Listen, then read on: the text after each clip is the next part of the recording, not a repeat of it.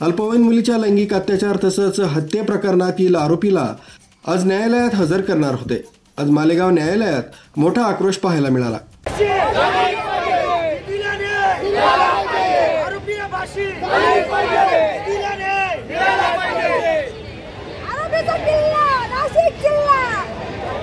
मालेगाव न्यायालयात महिलांनी आमच्या ताब्यात द्या, त्याला फाशी देऊ अशी घोषणाबाजी केली, तर तरुणांनी थेट न्यायालयावरच ठाण मांडलं।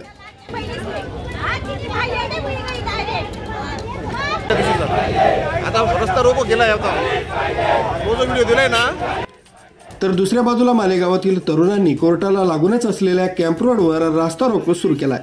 न्यायालयाच्या आवारात तसंच परिसरात मोठ्या प्रमाणावर तणाव परिस्थिती निर्माण झाल्यानं मोठा फौजफाटा तैनात करण्यात आलाय।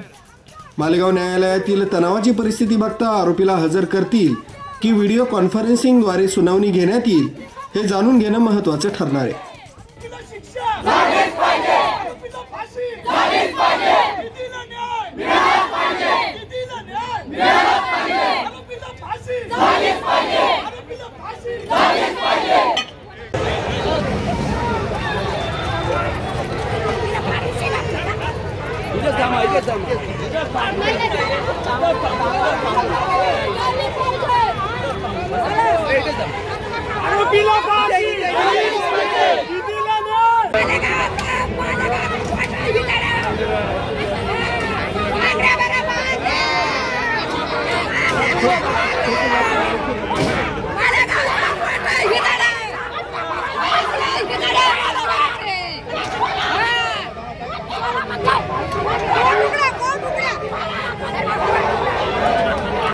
न्यूज ब्युरो, कसमत अपडेट, मालेगाव।